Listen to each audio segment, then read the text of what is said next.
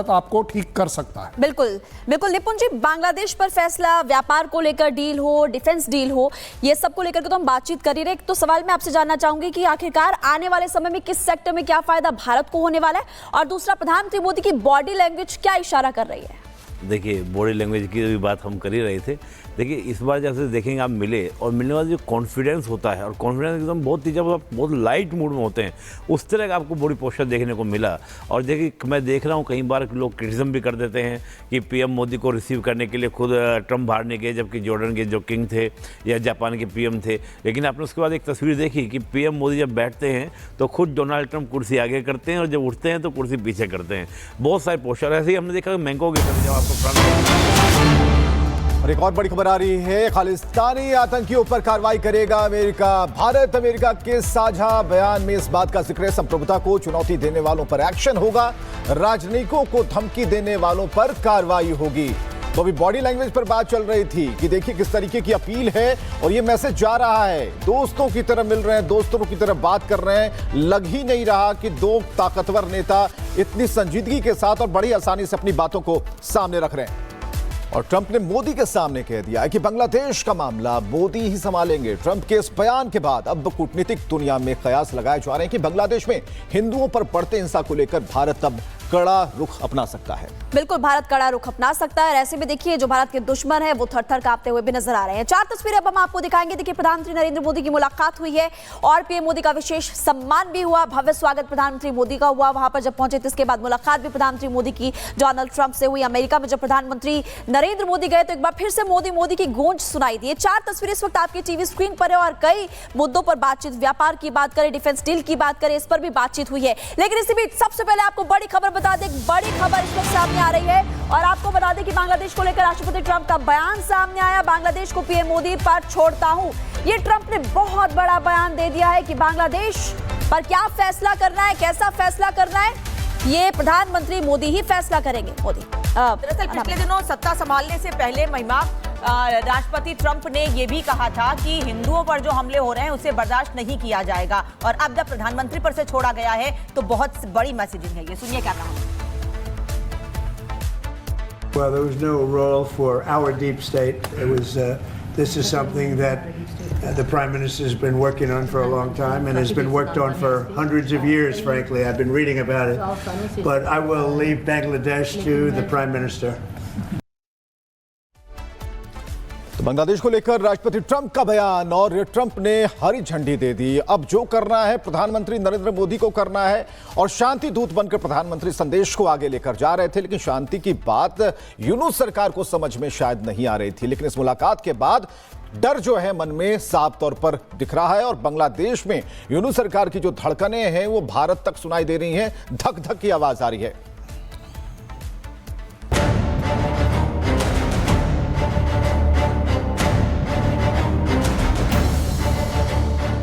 ढाका में बैठे हिंदुओं के हत्यारे यूनुस के लिए व्हाइट हाउस से बहुत बुरी खबर आ गई है। मुस्लिम कट्टरपंथियों के हाथों की कठपुतली बने मोहम्मद यूनुस की उल्टी गिनती शुरू हो गई है। अमेरिकी राष्ट्रपति ट्रंप का loud and clear message, Modi संभालेंगे बांग्लादेश का हिसाब किताब। हिंदुओं के खिलाफ अत्याचार करने वाली यूनुस सरकार पर मोदी लगाएंगे नकेल। Well, there was no role for our deep state. It was. This is something that the Prime Minister has been working on for a long time, and has been worked on for hundreds of years. Frankly, I've been reading about it, but I will leave Bangladesh to the Prime Minister. Super power America के राष्ट्रपति Trump का ये बयान ढाका में बैठे हिंदुओं के दुश्मन मोहम्मद यूनुस के लिए किसी बुरे सपने से कम नहीं है। बाइडेन सरकार की आंखों के तारे रहे यूनुस के प्रति ट्रंप हुकूमत का बेहद सख्त रवैया रहने वाला है। ट्रंप ने खुलेआम यूनुस सरकार को अमेरिका से मिल रहे परोक्ष समर्थन की वापसी का ऐलान कर दिया है। ट्रंप ने न केवल यूनुस को इशारों में वार्निंग दे दी, बल्कि बांग्लादेश पर निगरानी का काम प्रधानमंत्री मोदी के हवाले कर दिया। Well, there was no role for our deep state. It was. This is something that the Prime Minister has been working on for a long time, and has been worked on for hundreds of years. Frankly, I've been reading about it, but I will leave Bangladesh to the Prime Minister. America दौरे पर गए प्रधानमंत्री मोदी और राष्ट्रपति Donald Trump की एक साझा press conference हुई। इस प्रेस कॉन्फ्रेंस में पत्रकारों के सवाल के जवाब में ट्रंप ने अमेरिका की बांग्लादेश पॉलिसी पूरी तरह से क्लियर कर दी। ट्रंप से पूछा गया था कि बाइडेन प्रशासन के दौरान अमेरिकी डीप स्टेट बांग्लादेश में काम कर रहा था, आप बांग्लादेश के बारे में क्या कहना चाहेंगे। इसी सवाल के जवाब में ट्रंप ने वो बात कह दी जो मोहम्मद यूनुस सरकार की सियासी भविष्य तय कर देगी। खास बात यह है कि राष्ट्रपति ट्रंप ने जब ये बात कही तो प्रधानमंत्री नरेंद्र मोदी ठीक उनके बगल में ही बैठे हुए थे। आपको बता दें कि आरोप है कि बांग्लादेश की सियासत में अमेरिकी डीप स्टेट का सीधा दखल है। पुरानी बाइडेन सरकार के संरक्षण में जॉर्ज सोरोस गैंग में वहां पर हसीना सरकार के तख्ता पलट में अहम भूमिका निभाई थी। सोरोस के इशारे पर ही यूनुस को वहां की सत्ता की चाबी मिली थी। करीब 1 महीना पहले ही जॉर्ज सोरोस के बेटे एलेक्स सोरोस ने ढाका का दौरा किया था। एलेक्स ने यूनुस से मुलाकात की थी और उन्हें मानवाधिकार का चैंपियन बताया था। वैसे भी डोनाल्ड ट्रंप का रुख अमेरिका की लिबरल बिरादरी और उसकी आड़ में चलने वाली डीप स्टेट के खिलाफ रहा है। राष्ट्रपति बनने से पहले ही ट्रंप ने बांग्लादेश में हिंदुओं के नरसंहार का विरोध किया था। ट्रंप सरकार का जॉर्ज सोरोस और डीप स्टेट के प्रति भी सख्त रुख है। ट्रंप ने USAID से यूनुस को मिलने वाली आर्थिक मदद भी रोक दी है। कुल मिलाकर बाइडेन सरकार के करीबी रहे यूनुस ट्रंप के सीधे टारगेट पर आ गए हैं। आपको बता दें कि यूनुस ने बांग्लादेश की सरकार की कमान संभालने के साथ ही भारत और सनातन विरोधी एजेंडा शुरू कर दिया था। यूनुस के सरकार की कमान संभालते ही एकाएक भारत और बांग्लादेश के रिश्तों में तनाव पैदा हो गया, जबकि बांग्लादेश में रहने वाले हिंदुओं के लिए उनका देश नर्क के समान हो गया। यूनुस सरकार की शह पर मुस्लिम कट्टरपंथियों ने मंदिरों में तोड़फोड़ और हिंदू सरकारी कर्मचारी को चुन चुनकर निशाना बनाया। राजधानी ढाका से लेकर ग्रामीण इलाकों तक कट्टरपंथियों की गुंडागर्दी की तस्वीरें आम हो गई थी। ये सब कुछ मानवाधिकार और लोकतंत्र का नाम लेकर सत्ता पर काबिज हुए यूनुस की शह पर हो रहा है। प्रेसिडेंट ट्रंप ने एक बहुत फिनोमिनल स्टेटमेंट दे दी बांग्लादेश से रिलेटेड कि ये भारत की जिम्मेदारी है। क्यों? ये पूरी दुनिया को पता है कि बांग्लादेश का क्रिएटर कौन था, एक बात। दूसरी बात, बांग्लादेश में जिस तरह का अत्याचार था उसको अंत किसने लाया, उसकी डेवलपमेंट में किसका बड़ा हाथ है, उसको आगे ले जाने में किसका बड़ा हाथ है। जो पीछे खींच रहा है उसको नहीं देखा जाएगा, क्योंकि उसको अगर कोई काउंटर कर सकता है तो वो सिर्फ इंडिया कर सकता है। अमेरिका में ट्रंप सरकार के आने के साथ ही जॉर्ज सोरोस और उसकी कठपुतली यूनुस के बुरे दिन शुरू हो गए थे। अब खुद ट्रंप ने भी बांग्लादेश को अपनी पॉलिसी क्लियर कर दी। ट्रंप ने न केवल भारत के रुख का समर्थन किया और खुद मोदी को बांग्लादेश का मामला देखने को कह दिया। जाहिर सी बात यह है कि भारत के लिए ये बड़ी सफलता है, जबकि यूनुस को उनके कर्मों की सजा मिलने का काउंटडाउन शुरू होने का संकेत है। Bureau report, Republic Bharat.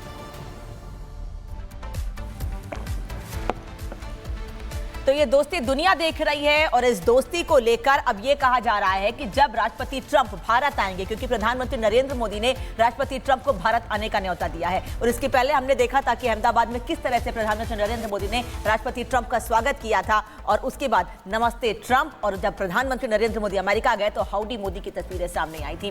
Colonel Singh, Bangladesh की बात करना यहाँ पर जरूरी है, क्योंकि बांग्लादेश को लेकर जैसे मैंने भी कहा कि पहले भी कहा था, मैंने हम ऑफ द कैमरा इस पर डिस्कस कर रहे थे कि डोनाल्ड ट्रंप ने सत्ता संभालने से पहले यह साफ कह दिया था कि किसी भी तरह का हमला हिंदुओं पर बर्दाश्त नहीं किया जाएगा।